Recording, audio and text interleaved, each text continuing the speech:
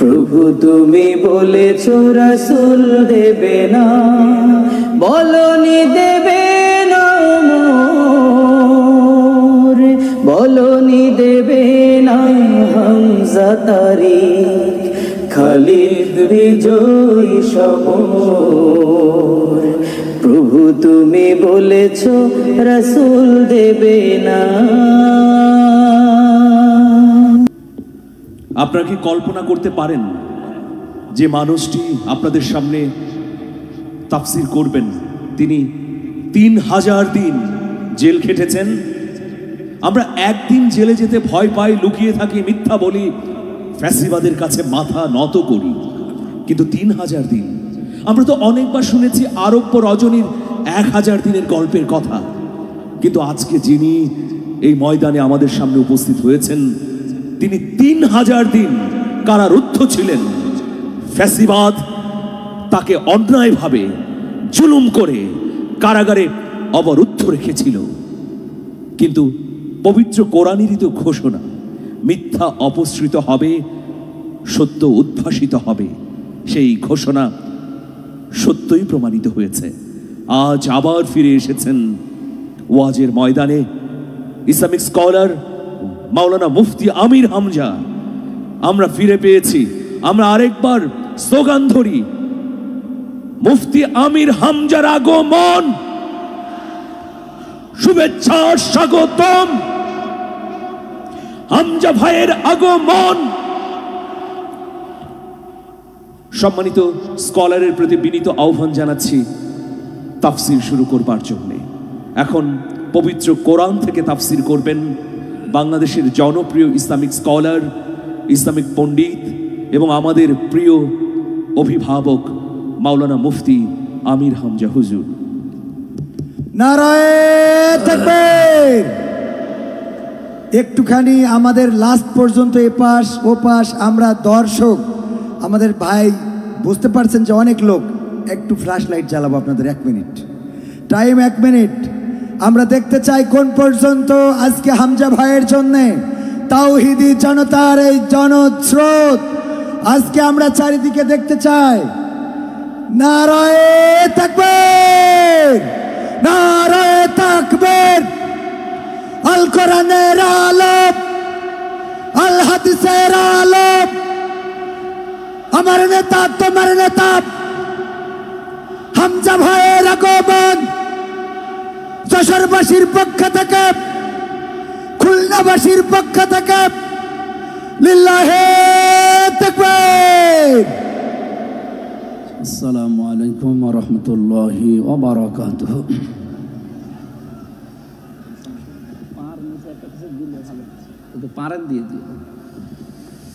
আলহামদুলিল্লাহি রাব্বিল মাশরিকাইনি ওয়া রাব্বিল মাগরিবাইন, আল্লাযী খালাকা কুল্লা শাইইন যাওজাইন ওয়া আওজাবা আলাইনা লিইহসানা বিল ওয়ালিদাইন ওয়া নাশহাদু আল্লা ইলাহা ইল্লাল্লাহু ওয়াহদাহু লা শারীকা লাহু ওয়া আশহাদু আন্না মুহাম্মাদান আবদুহু ওয়া রাসূলুহু সাইয়্যিদুল কাওনাইন সাল্লাল্লাহু আলাইহি ওয়া আলা আলিহি ওয়া আসহাবিহি ওয়া আতবাইহি আজমাইন লাইলা ওয়া নাহারান ফিত তারফাইন। فقد قال الله تعالى في كلامه المجيد وبرهانه التوحيد। জবান খুলে পড়ে না আউযু বিল্লাহি মিনাশ শাইতানির রাজিম। বিসমিল্লাহির রহমানির রহিম।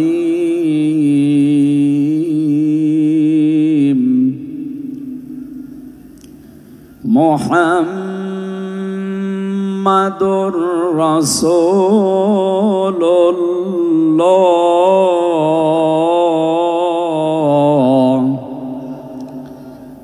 والذين معه أشداء على الكفار رحماء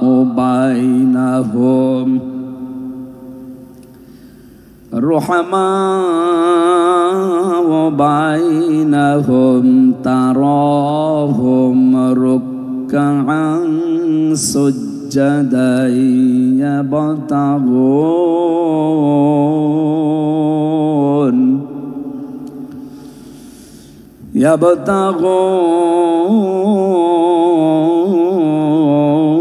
يبتغون فضلا من الله ورضوانا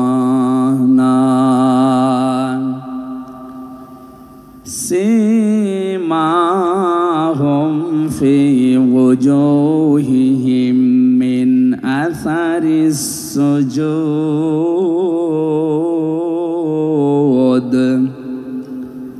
ذلك مثلهم في التوراة ومثلهم في الإنجيل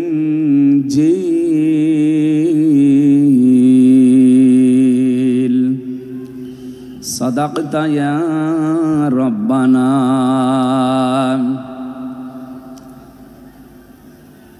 عن أبي هريرة رضي الله تعالى عنه قال النبي صلى الله عليه وسلم من أحب لله وأبغض لله وأطاع لله ومنع لله فقد استكمل الإيمان رواه مسلم وما زادهم إلا إيمانا وتسليما. اللهم صل على محمد وآله وصحبه وبارك وسلم.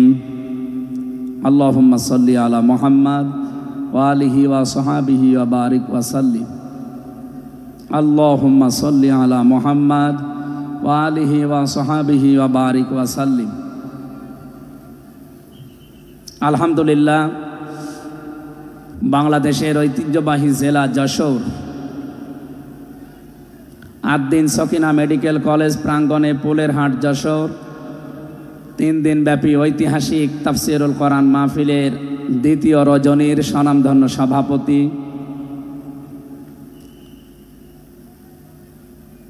অতদ অঞ্চলের তৃতীয় সন্তান, ইসলামিক চিন্তাবিদ, চিকিৎসাবিদ মরহুম শেখ আকিজউদ্দিন, তার বড় সন্তান আলহাজ ডাক্তার শেখ মহিউদ্দিন, আতালাল্লাহু উমরাহু ওয়া বারাকাল্লাহু ফি হায়াতি, বলেন আমিন।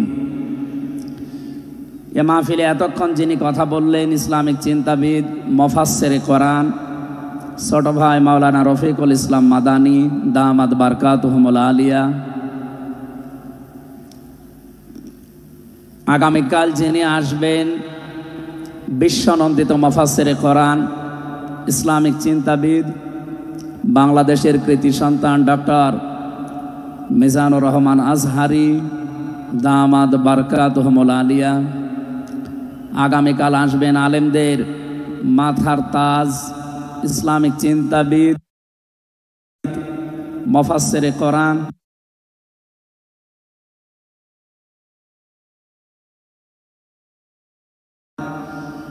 জনাব শাইখ আহমদুল্লাহ, আতালাল্লাহু উমরাহু ওয়া বারাকাল্লাহু ফি হায়াতি। সকলে বলেন আমিন।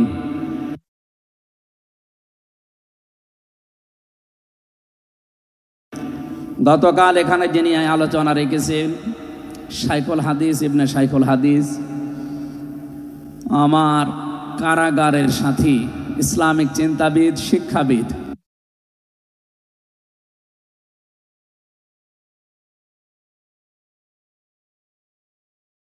মুফাসসিরে কোরআন আল্লামা মামুনুল হক হাফিজাহুল্লাহ। গতকাল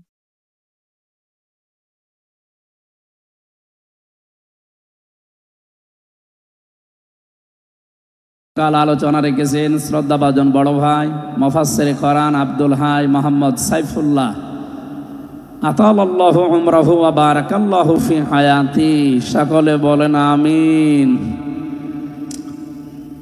মঞ্চের ডানে বামে যারা আছেন সম্মানিত ব্যক্তিবর্গ, সামনে বসা মুসলমান ভাইরা, পর্দার আড়ালের সম্মানিতা মা এবং বোনেরা, প্রশাসনের ভাইরা, প্রাণ প্রিয় যশোরবাসী, আমি প্রথমে দোয়া করছি মহান রব্বুল ইজ্জাত আল জালালের দরবারে মরহুম শেখ আকিজউদ্দিন তার একজন সন্তান এ দুনিয়া থেকে বিদায় নিয়েছে। এ মাহফিল যিনি এককভাবে বাস্তবায়ন করতেন খুলনা বেজেরডাঙ্গার ময়দানে, উনি কয়েক বছর আমাদের ভেতরে নেই। আলহাজ শেখ মমিন উদ্দিন, আল্লাহ রাব্বুল আলামিন তার কবরটাকে যেন জান্নাতুল ফেরদাউস বানিয়ে দেন, বলেন আমিন।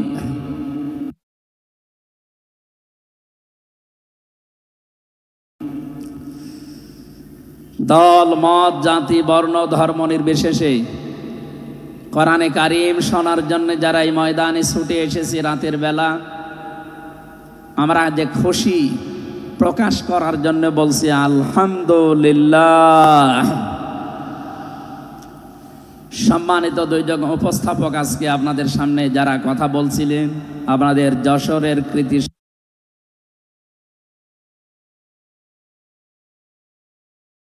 সন্তান, বিশিষ্ট সঙ্গীত শিল্পী, শ্রদ্ধাভাজন বড় ভাই জনাব কবির বিন সামাদ দামাত বারকাতুহুমুল আলিয়া। সম্মানিত উপস্থাপক হিসাবে আরেকজন আছেন বাংলাদেশের কৃতি সন্তান, ইসলামিক চিন্তাবিদ, নাশিদ শিল্পী বড় ভাই জনাব আমিরুল মমিনিন মানিক হাফিজাহুল্লাহ। যে আল্লাহ আমাদেরকে কণ্ঠ ছেড়ে দিয়েছেন কথা বলার জন্যে। 15.5 বছর মনে হচ্ছিল যে আমাদের বুকের ওপর একটা পাথর চাপা দেওয়া আছে। পাথরটা আল্লাহ নিজের কুদরতি ভাবে সরিয়ে দিয়েছেন। যে আল্লাহ আমাদেরকে এখন এই যে কথা বলার মতো সুযোগ দিয়েছেন, বলেন আলহামদুলিল্লাহ। পৃথিবীতে মানুষ যা পেয়েছে কাছে আজকের এই ময়দানে সম্পর্ক শুধু কোরআনে কারিমের সাথে, নয়তো আমরা এই হাজার লক্ষ মানুষেরা এ রাতের বেলা প্রচন্ড শীত অপেক্ষা করে আসতাম না। শুধুমাত্র শেখ মহিউদ্দিন সাহেব ডাক দিলে আমরা আসতাম, বিষয়টা এমন না। এখানে সম্পর্ক এই সৌন্দর্যের সাথে কোরআনের। এই জন্য যারা স্বেচ্ছাসেবকের দায়িত্বে আছেন আমি তাদেরকে ওয়েলকাম জানাচ্ছি, ধন্যবাদ জানাচ্ছি। তাদের এই কষ্ট, তাদের এই শ্রম আল্লাহ রাব্বুল আলামিন যেন জান্নাতে যাওয়ার পাতিহ বানিয়ে দেন, বলেন আমিন। কোরআনে কারিমে রব্বুল আলামিন বলেন কুল বিফাদলিল্লাহি ওয়া বিআসি, যা গেইন করে, যা অ্যাচিভ করে, যা অর্জন করে, আমি আল্লাহর কাছে কোরআনে কারিম শ্রেষ্ঠ সম্পদ। সুতরাং কোরআন যারা পেয়েছে তারা যেন আনন্দ করে। আজকে খুলনা বিভাগের মানুষগুলো, খুলনা বিভাগ সহ বাংলার অন্যান্য বিভাগ থেকেও মানুষেরা আজকে এসেছে। কোরআনে কারিম সত্যিটা পুরা এখন ইবাদত চলছে। আমরা খুশি দুনিয়ার সব কিছুর তুলনায় আজকে, বলেন আলহামদুলিল্লাহ। প্রাণ প্রিয় শ্রোতা মণ্ডলী, কোরআনের শ্রোতা যারা আমরা এখানে বসে আছি, এর আগে যারা দুনিয়ায় কোরআনে কারিম শুনেছে, কিয়ামত পর্যন্ত যারা শুনবে, কোরআনে কারিম এই শ্রোতাকে 3 ভাগে বিভক্ত করে দিয়েছে। এখানে ওই 3 প্রকার মানুষ আছে, কিয়ামত পর্যন্ত তারা থাকবে। প্রথম নাম্বার, এই কোরআনে কারিম শোনার পরে যারা বাধা দিয়েছিল এই দুনিয়ায়, আল্লাহর কোরআন তাদেরকে ঘোষণা দিয়েছে তারা কাফির। এ বাংলাদেশে আমরা এই 54 বছরে নামধারী মুসলমান, কিন্তু অনেক কাফেরের আচরণ দেখতে পেয়েছি। সূরা হামিম সাজদার 26 নম্বর আয়াতে আল্লাহ তাদের পরিচয় দিয়েছেন, وقال الذين كفروا لا تسمعوا لهذا القرآن والغوا فيه لعلكم تغلبون আল্লাহ পাক বলেন কাফেরেরা সিদ্ধান্ত নিয়েছিল সব চলতে দেওয়া যাবে, মুহাম্মদের কোরআনে কারীম এটা চলতে দেওয়া যাবে না। কারণ তারা বুঝেছিল এটা ১৫০০ বছর আগে নাজিল হওয়া। ভালোভাবে আবু জেহেল টের পেয়েছিল, বুঝেছিল এ কোরআনে কারীম মুহাম্মদুর রাসূলুল্লাহ যেটা বোঝাতে চায় এটা যদি সত্যি জনগণ বুঝতে পারে আর মেনে নেয়, আমি যে অবৈধ চেয়ারে বসে আছি এই চেয়ার থাকবে না। যুগে যুগে যারা কোরআন বাধা দিয়েছে তারা এইটাই টের পেয়েছে। তারা খুব ভালোভাবে জানে কোরআন যারা প্রচার করে সত্যিই কোরআনের এই কথাগুলো যদি সাধারণ মানুষেরা জনগণ বুঝে ফেলে, আমরা যে শয়তানি করি, আমরা যে অবৈধভাবে টিকে আছি এইটা থাকবে না। এই জন্য বাস্তবতা হচ্ছে কোরআন শুনলে বাধা দেবে এরা ১ নম্বরে কাফের। আমরা জানি কাফের মারা গেলে জানাজা হয় না, হয়? বলেন বলেন। কাফেরের জন্য দোয়া করাও জায়েজ নেই। আল্লাহ রাব্বুল আলামিন বলেন মা কানা লিন-নাবিয়্যি ওয়াল্লাযীনা আমানু আইয়াস্তাগফিরু লিল মুশরিকিন ওয়ালাউ কানু উলি কুরবা মিন বা'দি মা তাবায়্যানা লাহুম আন্নাহুম আসহাবুল জাহিম। সূরা তাওবা ১১৩ নম্বর আয়াতে আল্লাহ জানিয়েছেন হযরত ইব্রাহিম আলাইহিস সালাম সম্পর্কে যদিও আয়াতটা নাযিল হওয়া তাম দুনিয়ার মানুষকে উদ্দেশ্য করা আয়াত দিয়ে, হে নবী, কোন নবীর জন্যে কোন ইমানদারের জন্যে এটা জায়েজ না, শোভনীয় না, উচিত না যে কোনো মুশরিক মারা গেলে তার জন্য আল্লাহর কাছে সে ক্ষমা চাবে, ইস্তিগফার করবে।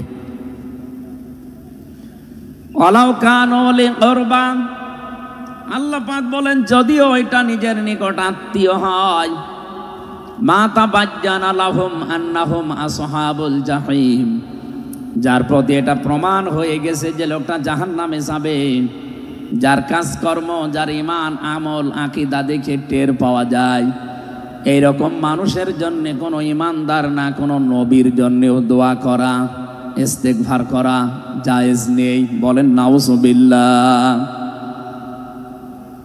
একজন নবীকে যদি আল্লাহ এই কথা বলতে পারেন, আমি আয়াতের ব্যাখ্যায় পড়েছি মুহাম্মদুর রাসূলুল্লাহ সাল্লাল্লাহু আলাইহি ওয়াসাল্লামের নিজের আপন চাচা আবু তালিব, এই লোকটা যখন মারা যাচ্ছিল বিশ্ব নবী নিজে তার কাছে গিয়ে বললেন ইয়া আম্মি আবি তালিব কুল লা ইলাহা ইল্লাল্লাহ হাজ্জুল লাকা ইনদাল্লাহি ইয়াউমাল কিয়ামা, বুখারী শরীফের হাদিস।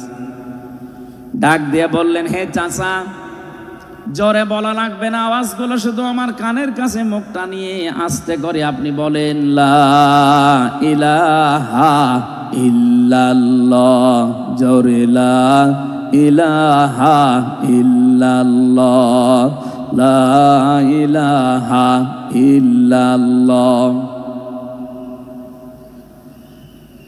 লা ইলাহা ইল্লাল্লাহ মুহাম্মাদুর রাসূলুল্লাহ। আপনি শুধু আল্লাহর একাত্মবাদের স্বীকৃতি দেন আমার কানের কাছে, এর সালাতের ঘোষণাটা দেওয়া লাগবে না, শুধু আল্লাহর ঘোষণাটা আমার কানের কাছে শোনান। কিয়ামতের দিন আমি আপনার জন্য আল্লাহর দরবারে ঝগড়া করে জান্নাতে নিয়ে যাব। পাশে যারা দাঁড়িয়েছিল তাদের কারণে লোকটা পড়তে পারে নাই। নবীজির মন খারাপ হয়ে গেল। সঙ্গে সঙ্গে সূরা কাসাসের ৫৬ নাম্বার আয়াত নিয়ে ফেরেশতা জিবরাইল হাজির হয়ে গেছে। ইন্নাকা লা তাহদি মান আহবাবতা ওয়ালাকিন্নাল্লাহা ইয়াহদি মাইয়াশা ওয়া হুয়া আ'লামু বিল মুহতাদিন। আল্লাহ পাক বলেন, হে নবী, আপনি যাকে ভালোবাসেন, যাকে পছন্দ করেন, যাকে মনে করবেন আপনি হেদায়েত দেবেন না, আপনি পারবেন না, কারণ হেদায়েত আমি আল্লাহ আপনার হাতে দেইনি। হেদায়েত আমি আল্লাহ নিজের হাতে রেখে দিয়েছি। আমি আল্লাহ যাকে ইচ্ছা তাকে এটা দান করি, আর আমি আপনার চাইতে ভালো জানি যে হেদায়েত পাবে কে। জেলখানার ভেতরে 3টা বছর আল্লামা মামুনুল হক হাফিজাহুল্লাহ, আমরা দুইজন এক জায়গায় ছিলাম। সকালে এবং দুপুরের খাবার আমরা এক জায়গায় খেতাম। মাঝে মাঝে আমারে বলতেন যে হামজা, বাইরে যদি আল্লাহ নিয়ে যায় কোনোদিন কাফেরের জানাজায় যাব না, পড়াবো না। আমারে বারবার জিজ্ঞাসা করেছি, ভাই আপনি কাফের পান কোথায়? বাংলাদেশে তো সেরকম কাফের আমরা দেখি না। উনি আয়াতটা আমাকে শুনিয়ে বলেছিলেন, কাফের তো তারা যারা আল্লাহর কোরআনে বাধা দেয়। সুতরাং এই দেশে যারা কোরআনে বাধা দেবে সে ডাইরেক্ট হোক ইনডাইরেক্ট হোক, সূরা হামিম সেজদার 26 নম্বর আয়াতের দলিল অনুযায়ী লোকটা কাফের। কাফেরের জানাজা পড়া কিন্তু হারাম। আমার মনে হয় এখন দেশের অবস্থা যা, আমরা যদি এই সিদ্ধান্তে উপনীত হতে পারি যে কাফেরের জানাজা বন্ধ হয়ে যাবে, আগামীতে কোরআনে কারিম বাধা দেওয়ার মতো সাহস অনেকেই করবে না। কোরআনে কারিমের শ্রোতা 1 নম্বরে পেলাম যারা কাফের। 15.5 বছর থেকে শুরু করে 54 বছর আমরা যা দেখলাম, অনেকেই কিন্তু ডাইরেক্ট ইনডাইরেক্ট বাধা দিয়েছেন। এখনো যদি ওইরকম মানুষ থাকেন এই দেশে, আপনি তাওবা করবেন, আপনি সংশোধিত হয়ে যাবেন। আর যেহেতু এখন সংস্কার চলছে, আপনি নিজেকেও সংস্কার করে নেবেন। কোরআনের শ্রোতা হিসাবে আমরা 2 নম্বরে পেয়েছি তাদের নাম। আল্লাহ রাব্বুল আলামিন বলেন, ওয়াইদা কিলা লাহুম তাআলাউ ইলা মা আনজালাল্লাহু ওয়া ইলার রাসূলি রাআইতাল মুনাফিকিনা ইয়াসুদ্দুনা আনকা সুদুদা।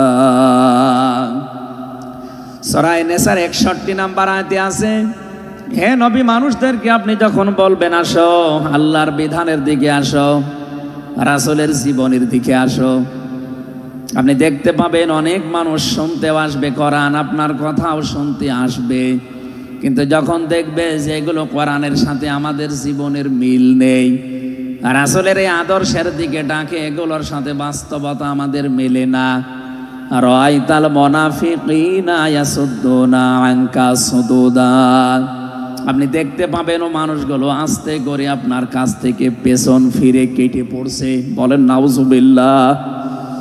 সুতরাং কোরআন শুনতে এসে যেগুলো যাদের জীবনে মিলবে না, এই মানুষগুলো যদি মন খারাপ করে, রাগ করে, যে কোনো কায়দায় চলে যেতে চান, আপনি মনে করবেন মুনাফিকের জার আপনার ভেতরে আছে।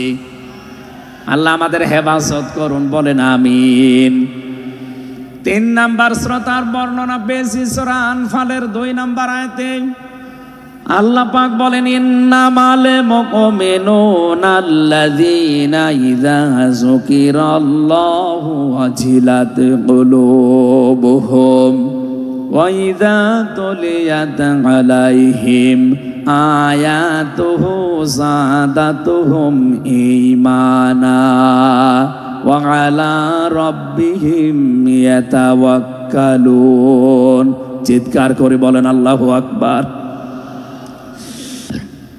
আল্লাহ পাক বলেন, আমার দৃষ্টিতে তো কোরআনের শ্রোতা আসল এবং মুমিন তারা, যাদের সামনে আমার নাম উচ্চারণ হলে তাদের অন্তরাত্মা কেঁপে ওঠে, আমার আয়াতগুলো তাদের সামনে তেলাওয়াত হলে এ মানুষগুলোর ঈমান ভেতরে যা আছে এটা আরো বেড়ে যায়।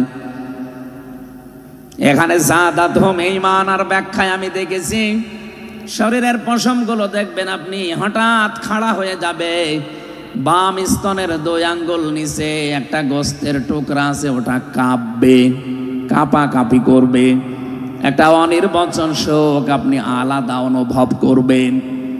এই 3টা যদি এখন আমাদের ভেতরে তৈরি হয়, আলা রাব্বিহিম ইয়াতাওয়াক্কালুন, বাড়ি যাওয়ার আগে এই সিদ্ধান্ত নিয়ে যাওয়া যাবে যে আল্লাহ ছাড়া আর কারো উপরে আমরা ভরসা করি না। বলেন সুবহানাল্লাহ। এই 3টা আয়াত দিয়ে আমি বোঝাতে চেয়েছি কাফের কারা, মুনাফিক কারা, আল্লাহর দৃষ্টিতে মুমিন কারা।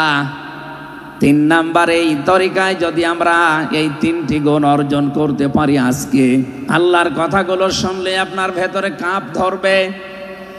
2 নাম্বারে আল্লাহর আয়াত তেলাওয়াত হবে, যখন বুঝতে পারবেন যে কি বলে, ওয়াইদা সামিউ মা উনজিলা ইলার রাসূলি তারা আয়ুনাহুম তাফিদু মিনাদ দামি মিম্মা আরাফু মিনাল হক ইয়াকুলুনা রব্বানা আমান্না ফাকতুবনা মা'আশ শাহিদিন। সূরা মায়েদা 7 নাম্বার পারার 1 নাম্বার পৃষ্ঠার 1 নাম্বার লাইনের 83 নাম্বার আয়াতে আছে। তাফসিরে ফি জিলালিল কোরআন থেকে শোনাচ্ছি। রব্বুল আলামিন বলেন, নবী আপনি যখন ওদের সামনে পড়বেন, আমার এই আয়াতগুলো যখন ওরা মন দিয়ে শুনবেন, অনুধাবন করতে পারবে, উপলব্ধি করার যোগ্যতা যাদের আছে, আপনি দেখবেন ওদের চোখ দিয়ে মনের অজান্তেই পানি পড়ছে। এখানে অ্যাক্টিভ হন আরো, কারণ কোরআন শোনার 2টা নিয়ম আল্লাহ দিয়েছেন। ফাসতামিউ লাহু ওয়া আনসিতু, শুধু শোনা না, তাহলে সামিয়া দিতেন। আল্লাহ ফাসতামিউ দিয়েছেন, এজন্য মনোযোগ সহকারে শুনতে হবে। আজকের তেলাওয়াতকৃত আয়াত থেকে আমরা তাফসীর আকারে কথা বলবো ইনশাআল্লাহ। 2 নাম্বারে চুপ থাকা লাগবে। আমি এখনো অনেককে দেখতে পাচ্ছি এদিকে ওদিকে তাকাচ্ছেন, গল্প করছেন। আশা করছি কোরআনে বর্ণিত আল্লাহর এই 2টা নির্দেশ আপনি মেনে নেবেন।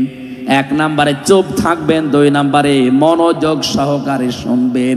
লাআল্লাকুম তুরহামুন, আশা করা যায় আল্লাহর রহমত এখানে নাযিল হবে। আল্লাহ আমাদেরকে আয়াতটা মেনে চলার তৌফিক দেন, বলেন আমিন। এজন্য কোরআনের আলোচনা শুনলে সবার চোখে পানি আসবে না।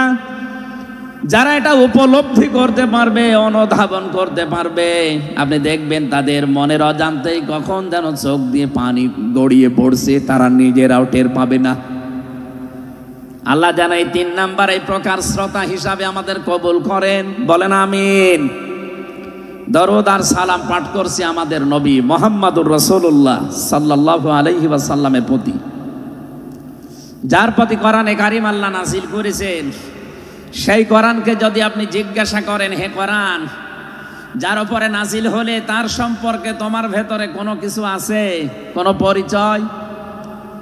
আল্লাহ রাব্বুল আলামিনের কোরআন আমাদেরকে শোনাচ্ছেন, ওয়াইদ ক্বালা রাব্বু ওয়াইদ ক্বালা ঈসা ইবনু মারইয়ামা ইন্নী রাসূলুল্লাহি ইলাইকুম মুসাদ্দিকাল লিমা বাইনা ইয়াদাইয়া মিনাত তাওরাত।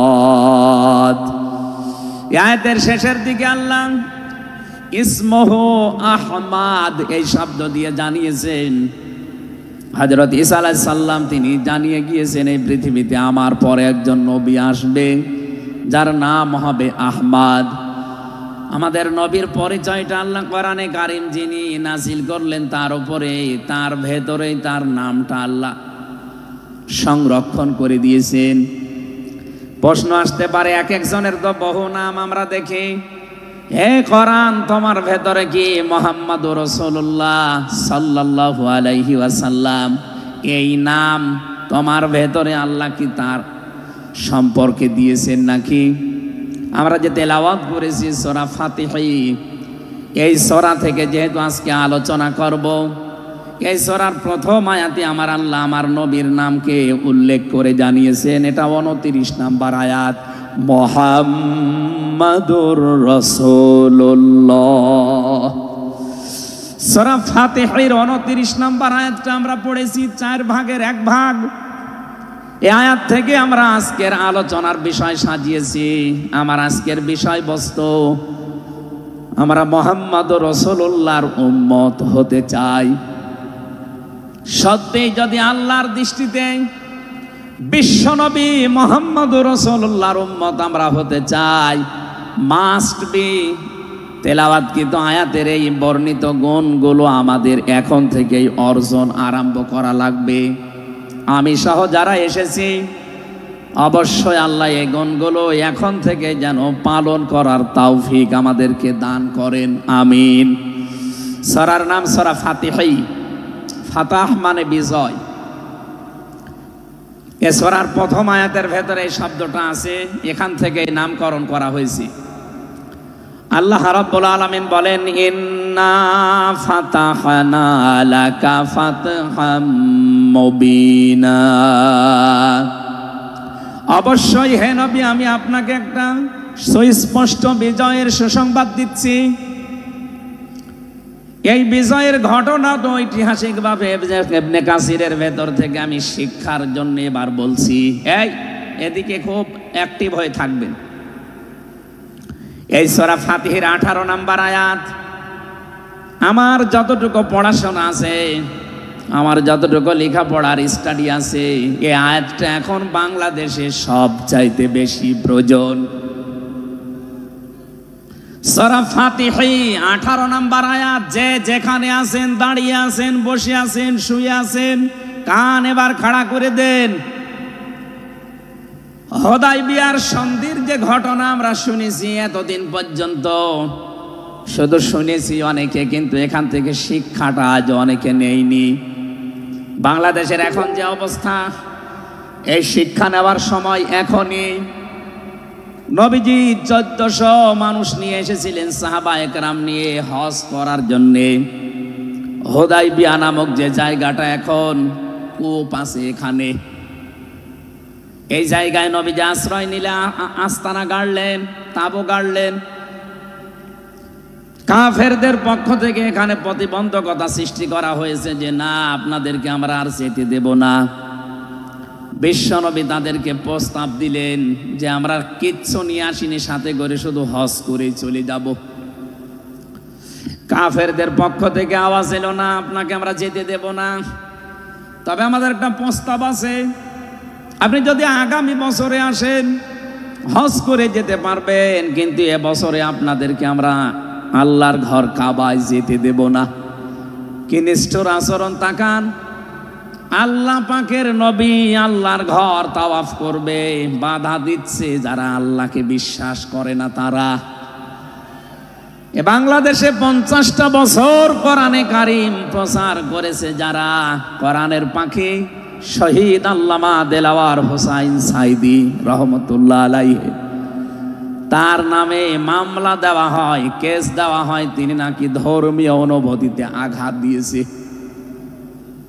আমার তো মনে হয় 1500 বছর আগে নবীজিকে যারা বাধা দিয়েছিল আল্লাহর ঘর কাবায় হজ করতে দেবে না, 1500 বছর পরে যেন তাদের প্রেতাত্মারাই ফিরে এসেছে।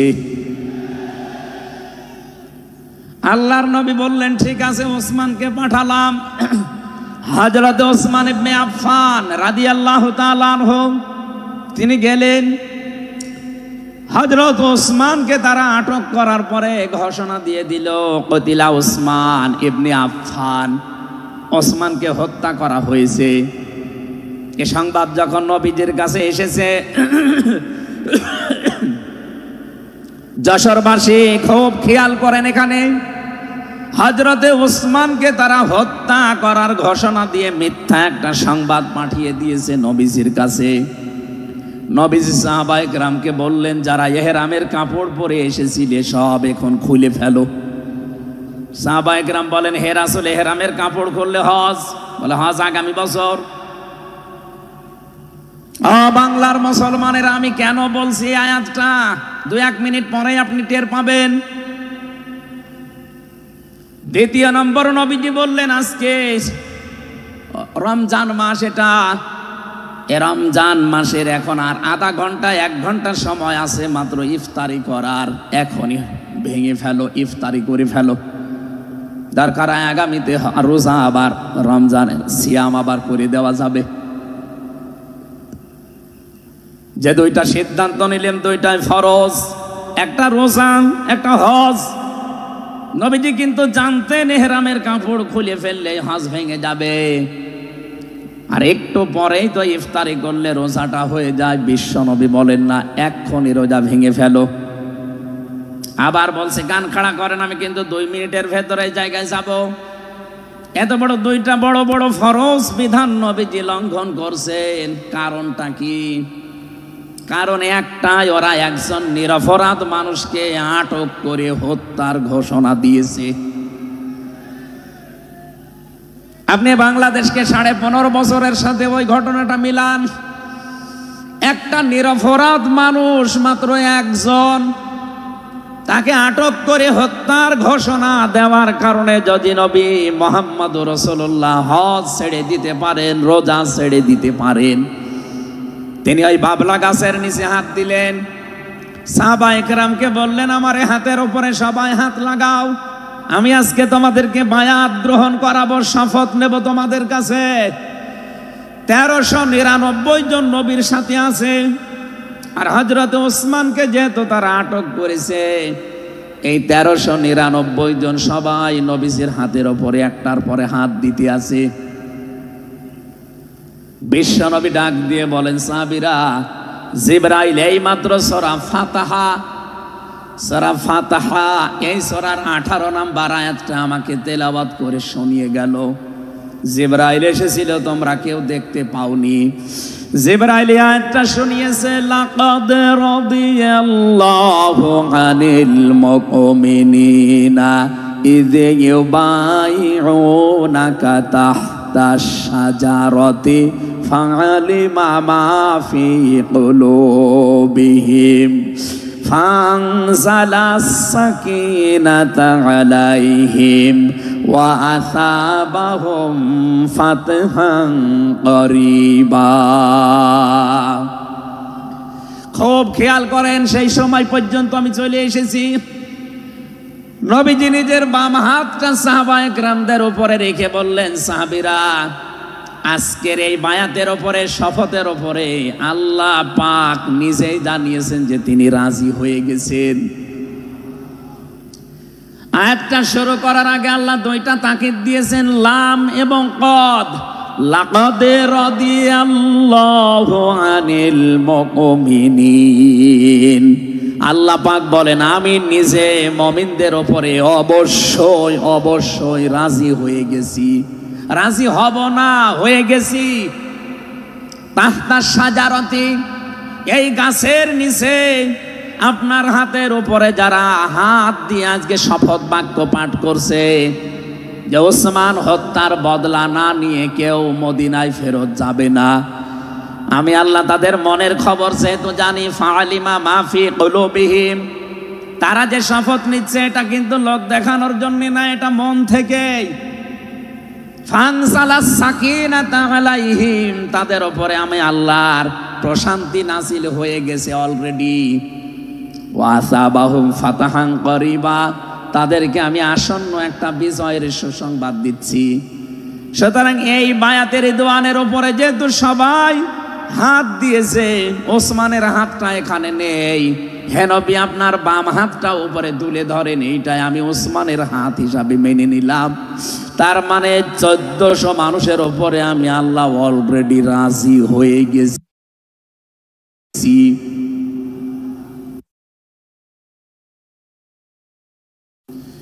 আমার মুসলমান ভাইরা, এবার আমি খেয়াল করার জন্য আর একবার বলছি, এইটা বলার জন্য আমি এতক্ষণ ঘুরছিলাম।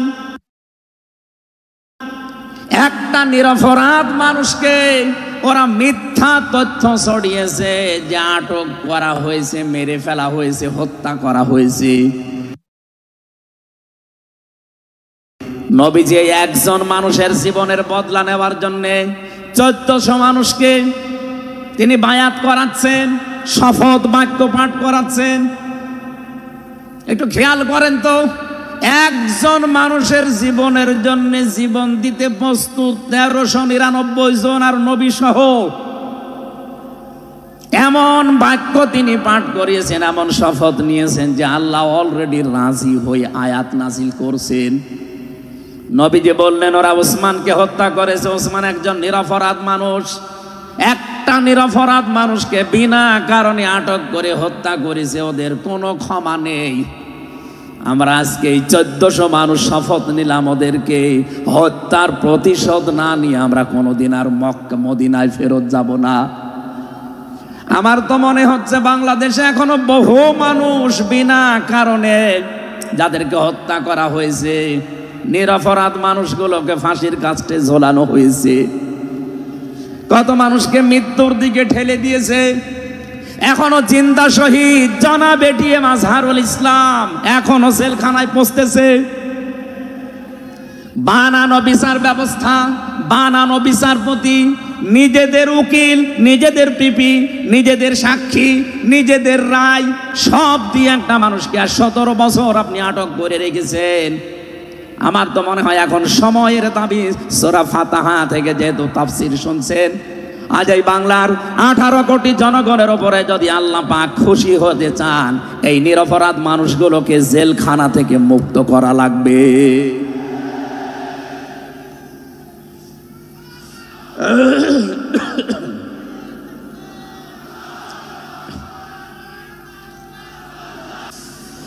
যশোরবাসী আল্লাহ রাব্বুল আলামিন এখানে কয়েকটা বিষয় আমাদেরকে উপহার দিতে চেয়েছেন সুসংবাদের মাধ্যমে। 1 নম্বরে আল্লাহ বলেন আমি রাজি হয়ে যাব। 2 নম্বরে ওদের মনের মূল কথাগুলো যেহেতু আমি জানি, সুতরাং যারা নারায়ে তাকবীর আল্লাহু আকবারে স্লোগান দিয়ে, আমার তো মনে হচ্ছে ফানজালাস সাকিনাতা আলাইহিম, আল্লাহ পাক তার রহমত এখন এদেশের উপরে নাজিল করবে। 2 নম্বরে ওয়াসাবাহুম ফাতাহান করিবা, একেবারে সুপ্রসন্ন নিকটবর্তী বিজয় আমাদেরকে আল্লাহ এই মাজলুম মানুষটার পক্ষে দাঁড়ানোর কারণে দেবে। আমি আজকেও একজন জেলখাটা মানুষের সাথে কথা বলছিলাম, তিনিও প্রায় 3.5-4 বছর জেলে ছিলেন। তিনি জ্বালাচ্ছিলেন যে হামজা ভাই, আসলে আমরা যারা জেলে ছিলাম তারা ছাড়া এটা বোঝানো সম্ভব না। বহু মানুষ বিনা অপরাধে, বিশেষ করে 15.5 বছরে তো হবে, বিনা কারণে বিনা অপরাধে কিচ্ছু জানে না, বছরের পর বছর জেলে পৌঁছতেছে। ওরা যদি একজন নিরপরাধ মানুষকে মিথ্যা কথা ছড়িয়ে দেওয়ার কারণে নবী যেরকম সিদ্ধান্ত নিতে পারে, আজ বাংলার 18 কোটি মানুষ দল বেদল সব ভুলে গিয়ে নিরপরাধ যত মানুষ জেলে ভর্তি আছে, গুম হয়েছিল, খুন হয়েছিল যারা, এদের পক্ষে দাঁড়াতে যদি সত্যি আপনি মন থেকে এগিয়ে আসতে পারেন, আল্লাহর কসম আমাদের সামনে আল্লাহ বিজয় দেখাবেন। বিজয় আমরা দেখতে পাচ্ছি সূরা কসস 20 নম্বর পারার 4 নম্বর পৃষ্ঠার 15 নম্বর লাইনের 5 নম্বর আয়াত। বাড়িতে যে আয়াতটা তাফসীর দেখবেন, আল্লাহ রাব্বুল আলামিন বলেন নুরিদু আন্নামুন্না আলাল্লাযীনা ইসতাদঈফু ফিল আরদ ওয়া নাজআলাহুম আইম্মাতা ওয়া নাজআলাহুমুল ওয়ারিসিন। আমি আল্লাহ একটা ইচ্ছা করলাম, হাজার হাজার বছর আগে হে নবী, এই পৃথিবীর ময়দানে ফেরাউন নামে একটা লোক ছিল। রাষ্ট্রীয় ক্ষমতায় থাকার কারণে ওই দেশে বিভিন্ন দলে বিদলে বিভক্ত করে মানুষকে রেখেছিল, আর একটা দলকে সে টার্গেট নিয়ে কোণঠাসা করে, ছোট করে, হীন করে রেখেছিল। সেই দলটা ছিল মুসা নবীর দল। আমি আল্লাহ একটা ইচ্ছা করলাম, জমিনের ওপরে যাদেরকে দুর্বল করে রেখেছে ফেরাউন, এই দুর্বল দলের ওপরে আমি আল্লাহ মনন করব। মনন মানে অনুগ্রহ করা, দয়া করা। আমি আল্লাহ দয়া করব তাদের ওপরে, মনন করব। এই কারণে কারণ আমি তাদেরকে জমিনের শাসন ক্ষমতায় বসাতে চাই, জমিনের উত্তরাধিকারী তাদেরকে বানিয়ে দিতে চাই। অনুমাক্কিনা লাহুম ফিল আরদ, জমিনের উপরে তাদেরকে আমি ক্ষমতায় বসাবো, এটা আমি আল্লাহর ইচ্ছা। বলেন তো আল্লাহ যদি কোনো ইচ্ছা করে ওটা রদ করার কেউ আছে? আরো জোরে বলেন আছে? সুতরাং এই আয়াত দিয়ে আমি যেহেতু 100% আয়াতটা বিশ্বাস করি, হাজার হাজার বছর আগে ফেরাউনের এই জীবনের সাথে, কাহিনীর সাথে, তাফসিরের সাথে আমি বাংলাদেশি আয়াতটা মিলিয়েছি। দেখতে পেয়েছি 2024 সালের 5 আগস্টের পরে একটা দলের সাথে আয়াতটা মিলে যাচ্ছে। আপনি যাই মনে করেন এইটাই বাস্তব। এই 54 বছরে ভুয়া ধোয়া তুলে ভুয়া চেতনার নাম দিয়ে যাদেরকে কোণঠাসা করে রেখেছিলেন জনগণের কাছ থেকে, আল্লাহ যেন হঠাৎ করে মানুষের মনের ভেতরে তাদের প্রতি পরিবর্তন এনে দিয়েছেন। আল্লাহ পাক যেন এই মানুষগুলোকে একটা মনন করেছেন, একটা দয়া দেখিয়েছেন। অনাজাআলাহুম আইম্মাতান, জমিনের ইমাম তাদেরকে যেন আল্লাহ দিনের পর দিন বানিয়ে দিচ্ছে। তাদের আচার ব্যবহার, তাদের চরিত্র, তাদের ব্যবহার, তাদের মাধুর্যতা, তাদের যে ইখলাস, এগুলো দেখছে আমার আল্লাহ দিনের পরে দিন জমিনের ইমাম তাদেরকে আল্লাহ বানাচ্ছেন। অনাজাআলাহুমুল ওয়ারিসিন, আয়াতের শেষের কথা, আল্লাহ তাদেরকে জমিনের ওয়ারিস বানিয়ে দেবেন। যেহেতু আল্লাহর সিদ্ধান্ত রদ করা যায় না, ফাআলুল লিমা ইউরিদ, তিনি যা ইচ্ছা তাই করেন। ইন্নামা আমরুহু ইযা আরাদা শাইআন আইয়াকুলা লাহু কুন ফায়াকুন। আল্লাহ পাক বলেন আমি যদি কোনো ইচ্ছা করি শুধু বলি কোন, সঙ্গে সঙ্গে ফায়াকুন হয়ে যায়। কোরআনের ওপর আমার 100% বিশ্বাস নিয়ে কথা বলছি আমি। এই আয়াতগুলো মাস্ট বি আমার আল্লাহ বাংলাদেশে দেখাবে। বলেন আমিন, আরো জোরে বলেন আমিন।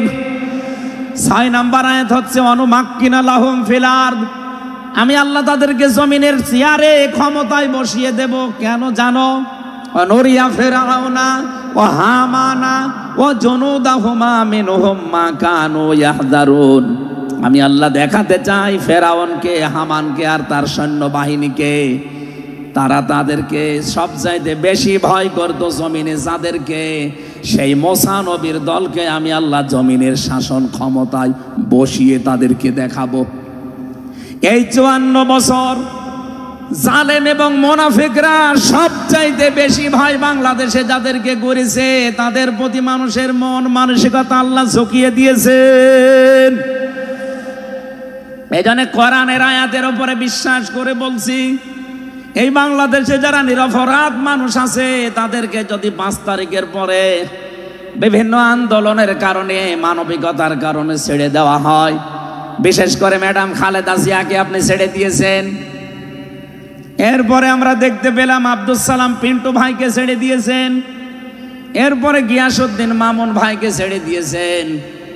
মিয়ানুরউদ্দিন অপু ভাইকে ছেড়ে দিয়েছেন।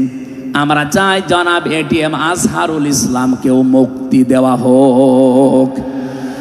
এ দাবির পক্ষে আছেন কারা দেখি? লিল্লাহি তাকবীর।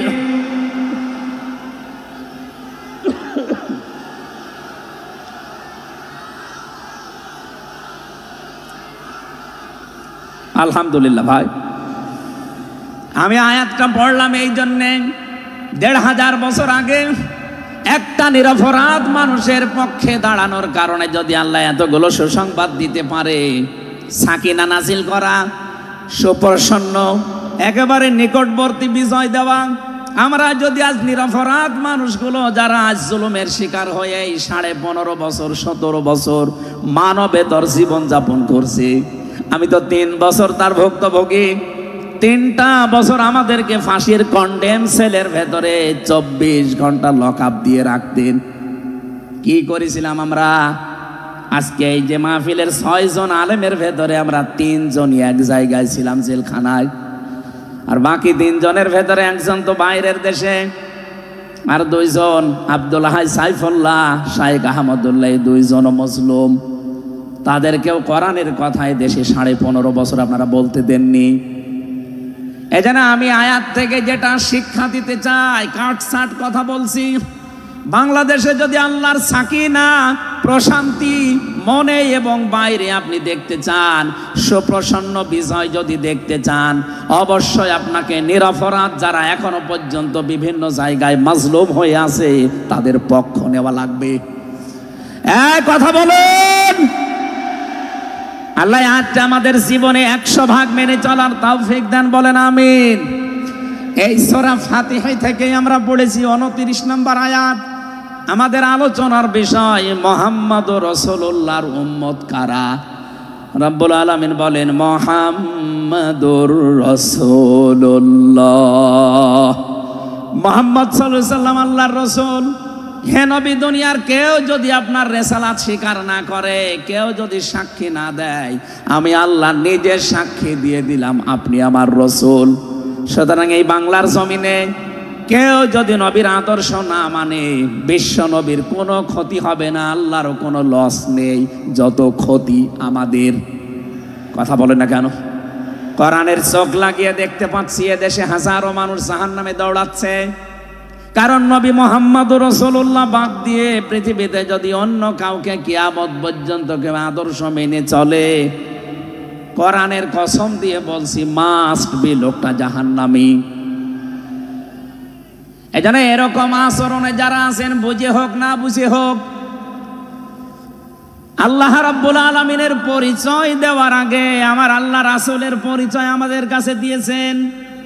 রাব্বুল আলামিন বলেন কুল হুয়াল্লাহু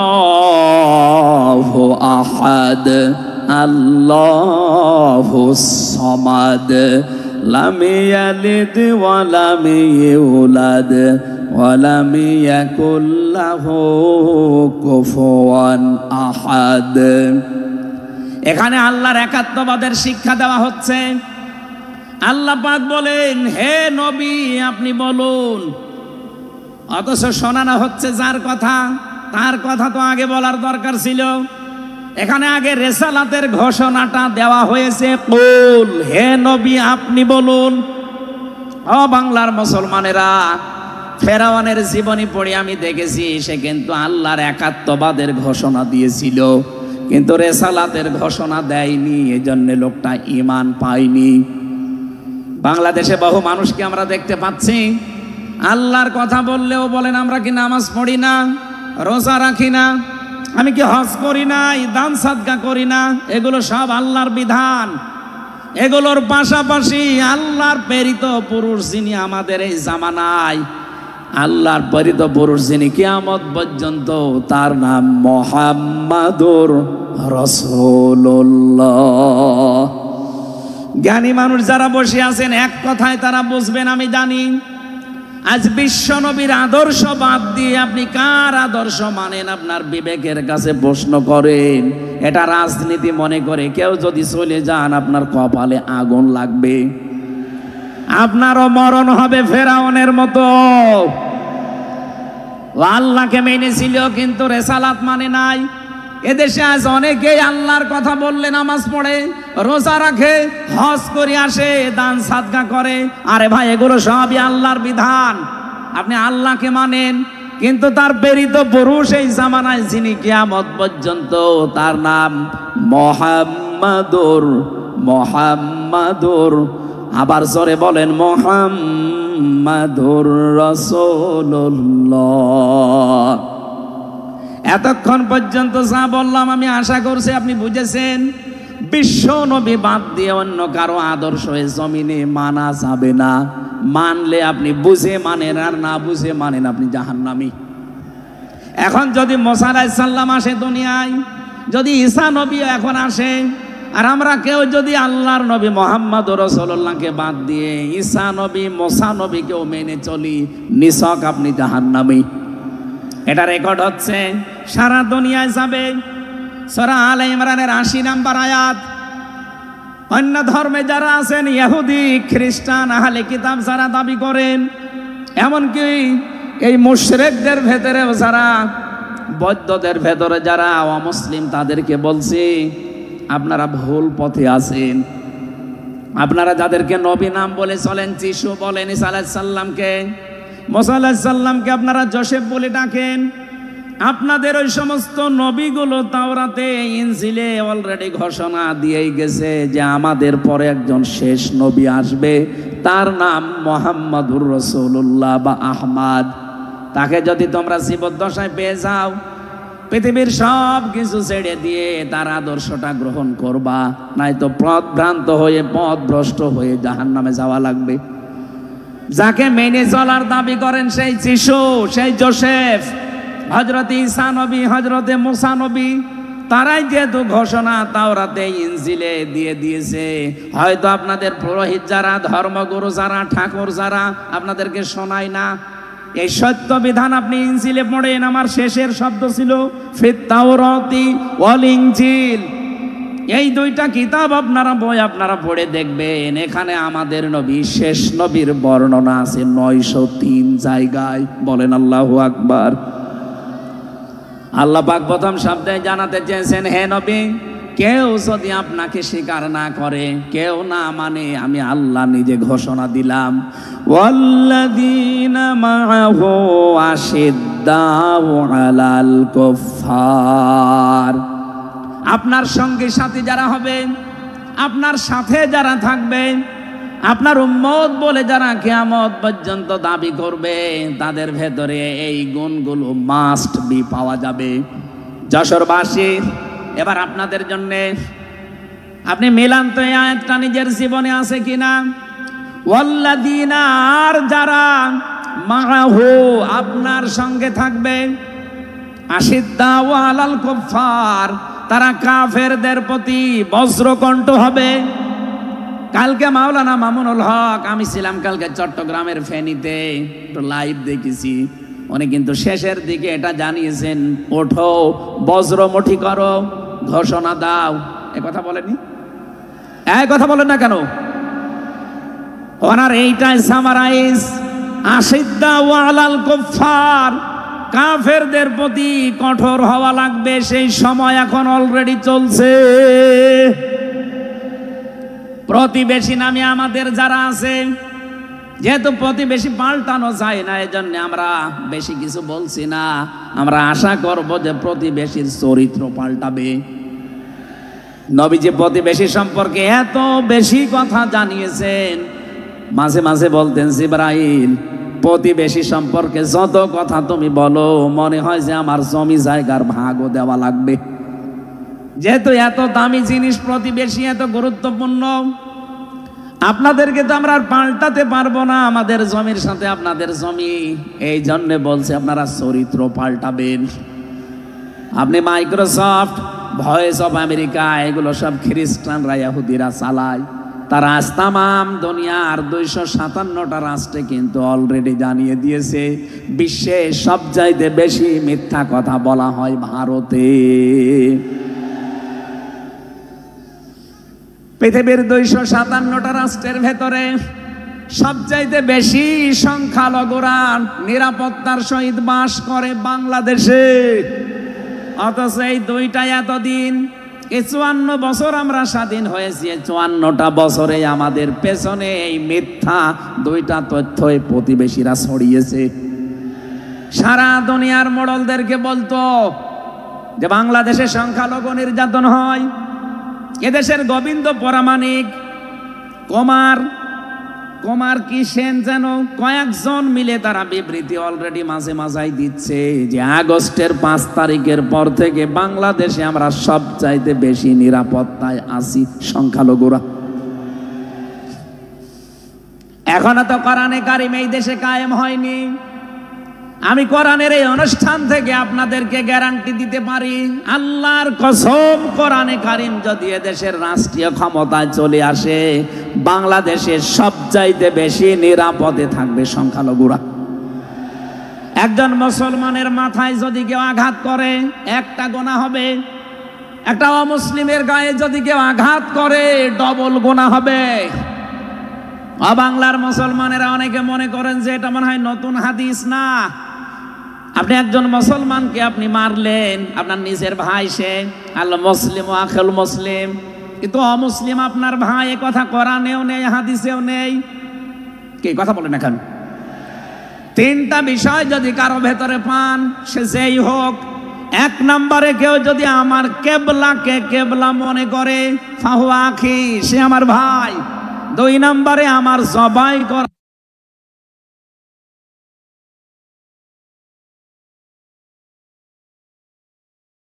জিনিস যদি সে খেতে চায়, ফাহুয়া আখি, সে আমার ভাই। তিন নম্বরে সে যদি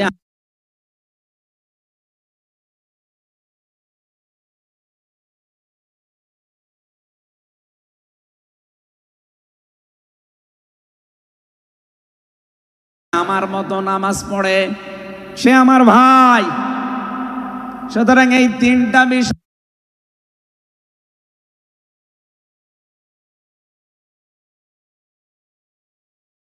সামনে রেখে আমরা এই দেশে যারা আছি, মতের হয়তো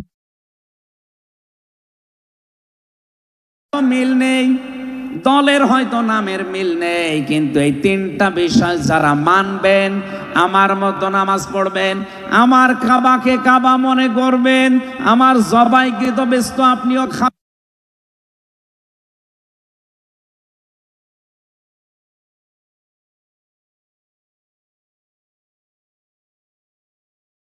খাবেন, এটা যেই হোক, এই দেশে আমরা সবাই তাকে ভাই ভাই ভাই মনে করি। কথা বলেন ঠিক কিনা?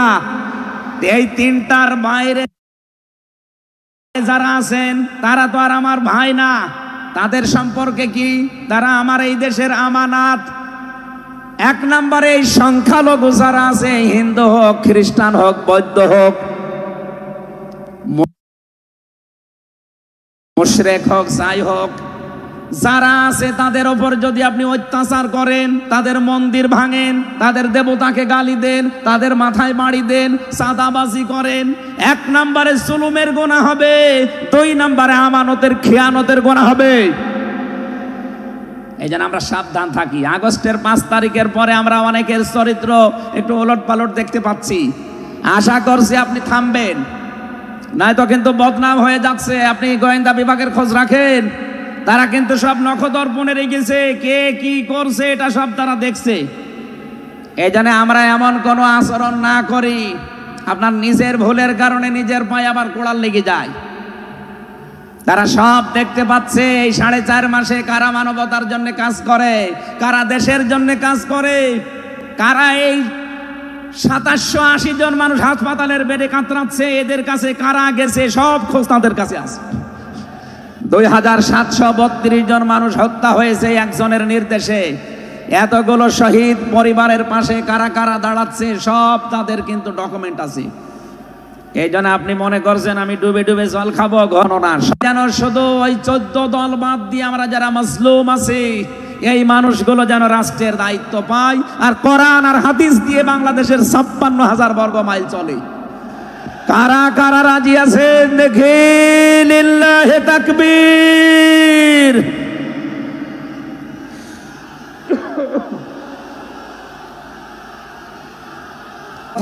হতে হলে আমাদেরকে বজ্রমুষ্টি হওয়া লাগবে, ঐক্যবদ্ধ হওয়া লাগবে। যারা নবীর উম্মত, কাফের যারা, তাদের বিরুদ্ধে। আমি কাফেরের পরিচয় সে প্রথমে দিয়েছি। যে মানুষগুলো কোরআনে কারিমে বাধা দেয়, কোরআনের শিক্ষায়, কোরআনের প্রচারে, কোরআনের প্রসারে, কোরআন কায়েমে যারাই বাংলাদেশে বাধা দেবে, তার নাম আব্দুল আলিম হতে পারে, কে কাফের। এদের বিরুদ্ধে কঠোর হওয়া লাগবে আপনাকে। আমি আবার বোঝার জন্য বলছি, নাম হয়তো আপনার আল্লাহর নাম আপনি নিয়েছেন, আব্দুল আলিম, আব্দুল খালেক, করুন বলেন আমিন।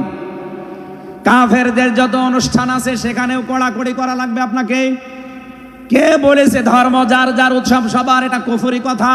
ধর্ম যার যার, উৎসব তার তার। এই কথা বলুন, মান তাশাব্বাহা বিকওমিন ফাহুয়া মিনহুম। যার সাথে যার সাদৃশ্য মিলবে, সে আচার ব্যবহারে, ধর্মীয় রীতিনীতিতে কিয়ামতের দিন তার সাথে থাকা লাগবে। কোনদিন আজ পর্যন্ত আপনি পিটিয়েও কোন হিন্দু ভাইকে গরু জবাই করেন যখন কোরবানি দেওয়ার জন্য, তাকে পাবেন। তারা জানে যেটা আমাদের ধর্মীয় অনুষ্ঠান না, এই জন্য তারা আসে না, ঠিক করে তারা আসে না। আপনি কোন কারণে সেখানে যাবেন?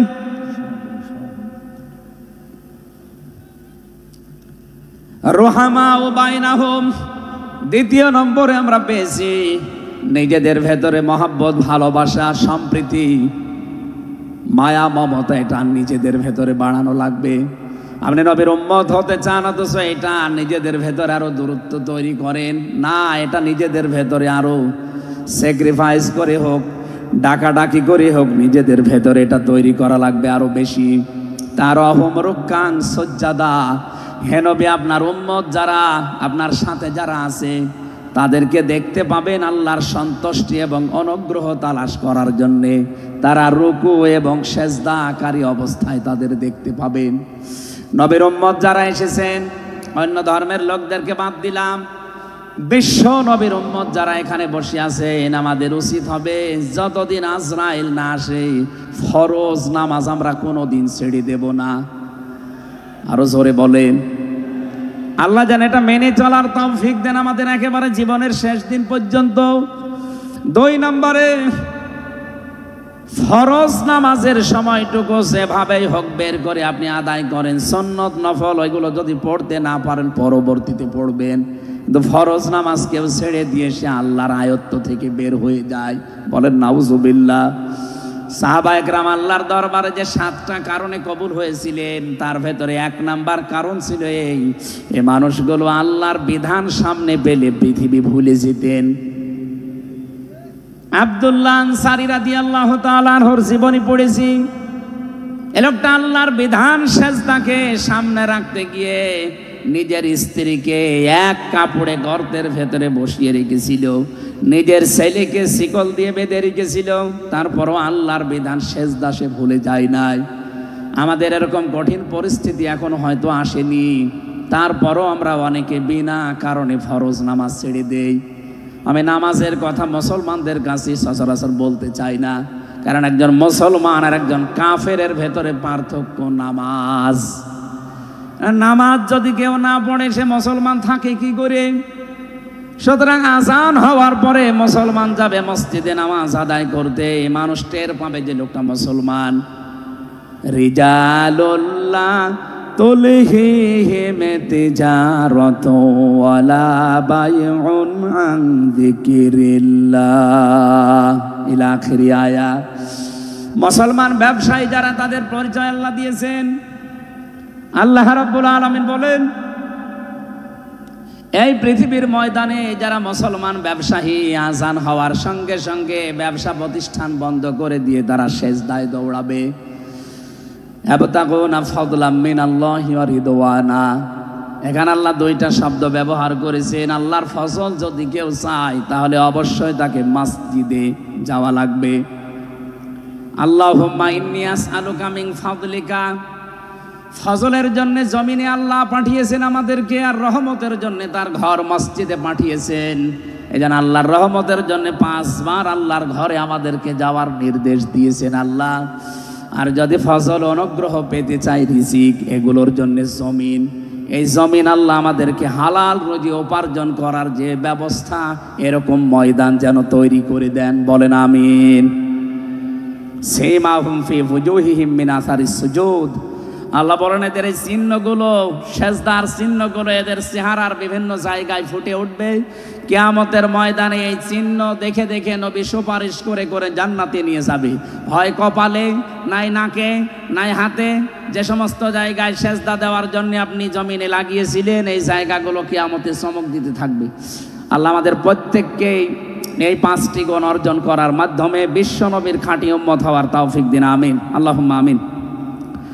লা ইলাহা ইল্লা আনতা সুবহানাক ইন্নী কুনতু মিনাজ জালিমিন। রব্বানা যালামনা আনফুসানা ওয়া ইল্লাম তাগফির লানা ওয়া তারহামনা লানাকুনান্না মিনাল খাসিরিন। যেখানে যারা দাঁড়িয়ে আছেন মোনাজাতটা বসে করেন, যদি সুযোগ থাকে। মোনাজাত হচ্ছে আল্লাহর কাছে, বসে করেন মোনাজাতটা। যেখানে যারা দাঁড়িয়ে আছেন বসেন, বসেন, প্রত্যেকেই বসেন, মাথা নিচু করেন, চক্ষু বন্ধ করেন। নিজের জীবনের অপরাধগুলো স্মরণ করেন মনে মনে। আমরা আশা করব আজকে যতগুলো অপরাধ স্মরণ হবে কোরআনের ইজ্জতে আল্লাহ অপরাধগুলো সব মাফ করে দিয়ে ওই জায়গাটা নেকি দিয়ে পাল্টিয়ে দেবে ইনশাআল্লাহ। রব্বানা যালামনা আনফুসানা ওয়া ইল্লাম তাগফির লানা ওয়া তারহামনা লানাকুনান্না মিনাল খাসিরিন। রব্বুল আলামিন যশোর পুলের হাট 8 দিন সকিনা মেডিকেল কলেজ প্রাঙ্গণে 3 দিন ব্যাপী ঐতিহাসিক তাফসিরুল কোরআন মাহফিলের দ্বিতীয় রজনীতে রাত 11টা বেজে গেছে। সেই জোহরের পর থেকে গভীর রজনী পর্যন্ত যারা কোরআনে কারিম শোনার জন্য চাতক পাখির মতো বসে আছে, আল্লাহ মনের ভেতরে যার যে কামনা বাসনা আছে মেহেরবানি করে পুরা করে দাও। এ বিশাল আয়োজনের দিকে তুমি একটু তাকাও। আল্লাহ মনে হচ্ছে তারা জান্নাত সাজিয়েছে। তোমার হাবিব জানিয়েছে কোরআনের পেছনে যারা টাকা পয়সা খরচ করবে কিয়ামতে ওই অর্থের হিসাব তোমার কাছে দেওয়া লাগবে না। আজকের এই বিশাল ময়দান সাজাতে গিয়ে যারা টাকা পয়সা খরচ করেছে, 8 দিন ফাউন্ডেশন, আকিস গ্রুপের যে ভাইগুলো, এদের এই টাকাগুলো কোরআনের ইজ্জতে কোরআনের প্রচারের জন্য কবুল করে নাও। সওয়াব যদি তুমি দিয়েই থাকো খুশি হয়ে, আল্লাহ তাআলা যা বলতে চেয়েছি আমার ঈমান থেকে আমি হক কথাগুলো বলার চেষ্টা চালিয়েছি। সওয়াব যদি অক্ষরে অক্ষরে 10টা করে নেকি হয়ে যায়, সওয়াবগুলো তুমি আমাদের নবীর রওজায় পৌঁছিয়ে দাও। দুনিয়ার মাটির নিচে যারা ঈমান নিয়ে ঘুমিয়ে আছে এদেরকে ক্ষমা করে দাও। বিশেষ করে আমাদের মা বাবা যাদের নেই, যারা মাথা নিচু করে চক্ষু বন্ধ করে চোখের পানি ফেলে দিয়েছে মা আর বাবার জন্যে, এই মুহূর্তে মা বাবাকে কবরে জান্নাতুল ফেরদাউস দিয়ে দাও। মরহুম শেখ আকিজউদ্দিন তার স্ত্রীরা যারা কবরে ঘুমিয়ে আছে, তার সন্তান মরহুম শেখ মমিনউদ্দিন ভাই সহ প্রত্যেকের কবরগুলো তুমি জান্নাতুল ফেরদাউস বানিয়ে দাও। এলাকায় মাটির নিচে যত মানুষ কবরে আছে আল্লাহ হাজার হাজার মন মাটি বুকের ওপরে নিয়ে তাদের বুককে তুমি হালকা করে দাও, কবরগুলো জান্নাতের সাথে সংযোগ বানিয়ে দাও। এ মাহফিল বাস্তবায়নে যারা শ্রম দিয়েছে, যে সেইভাবে এগিয়ে এসেছে, আল্লাহ স্বেচ্ছাসেবক ভাইদেরকে, বিশেষ করে প্রশাসনের যে ভাইগুলো এসেছে, নিজেদের বাবা মা ভাই বোন আত্মীয় স্বজন স্ত্রী পুত্র ছেড়ে যারা বাংলার বিভিন্ন প্রান্তে দায়িত্ব পালন করছে, আজকের এই বিশাল আয়োজন যারা পাহারা দিচ্ছে, এদের এই পুরা দায়িত্বটা আল্লাহ তুমি ইবাদত হিসাবে কবুল করে নাও। সম্মানিতা মা বোনেরা পর্দার আড়ালে বসে আছে, খাদিজার মতো আয়েশার মতো তাদেরকে বানিয়ে দাও। এদের পেটে তুমি নেককার সন্তান দান করো। আল্লাহ আগামীর বাংলাদেশ তুমি মেহেরবানি করে কোরআনের হাতে তুলে দাও। চর্ম চোখে যেন দেখতে পারি এ দেশটা 56,000 বর্গ মাইল তোমার কালাম দিয়ে চলছে। আল্লাহ তাআলা আমি নিজে অসুস্থ, যত মানুষ আমার সাথে অসুস্থতা হাত তুলেছে শেফায়ে কামেলা আজেলা নসিব করো। আমার মা বাবার জন্য দোয়া করছি, আল্লাহ আমার মা বাবাকে মাফ করে দাও। রব্বির হামহুমা কামা রব্বায়ানি সগীরা। আল্লাহ তাআলা আমার স্ত্রী সন্তান যেগুলো দিয়েছো সহি সালামতে রাখো। যে যেই আশা নিয়ে ভরসা নিয়ে আমরা হাত তুলেছি, জীবনের সাইজ আশাগুলো আজকেই তুমি পূরণ করে দাও রব্বুল আলামিন। এই 8 দিন প্রতিষ্ঠানটাকে কিয়ামত পর্যন্ত কায়েম রাখো। যারা এখানে কাজকর্ম করে এদের জীবনে বরকত দাও। আগামীতে এই অনুষ্ঠানটা কোরআনের জন্য আরো বিশাল আকারে কবুল করে নাও। বড় ভাই কবির বিন সামাদ, আমিরুল মুমিনিন মানিক সহ যত পরিচালক এখানে কাজ করছে উপস্থাপনায়, প্রত্যেকের জীবন কবুল করো আল্লাহ তাআলা। আগামীতে যিনি আসবেন ডক্টর মিজানুর রহমান আজহারি ভাই, শাইখ আহমদুল্লাহ সহ কোরআনের সঠিক কথাগুলো তাদের জবান থেকে বের করে দিও। তোমার বান্দা বান্দীদের আশা যাওয়া কালকে আরো আসান করে দিও আল্লাহ। বারাকাল্লাহু লানা ওয়া লাকুম ফিল কোরআনিল আযীম। মরণ আসলেই যেন পড়তে পারি লা ইলাহা ইল্লাল্লাহু মুহাম্মাদুর রাসূলুল্লাহ। আসসালামু আলাইকুম। আমার লিখিত বই পাওয়া যাচ্ছে, আমার কারাগারে লিখিত এবং বাইরে লিখিত। এখানে ওই যে বইয়ের স্টল দেওয়া আছে, আমার মনে হয় বইয়ের স্টল যেখানে দেওয়া আছে আপনারা ওই জায়গায় আমার প্রায় 7টা বই পাওয়া যাচ্ছে। 19 নাম্বার স্টলে পাওয়া যাচ্ছে আমার বইগুলো। নামাজ আদায় পদ্ধতি, ঈমান আনার পদ্ধতি, কোন আমলে কোন জান্নাত, কোন আমলে কোন জাহান্নাম সহ আরো অন্যান্য বইগুলো আপনারা আশা করছি ওখান থেকে নেবেন। 19 নাম্বার স্টলে আছে, 50% ছাড় দিয়েছে, নিয়ে যান।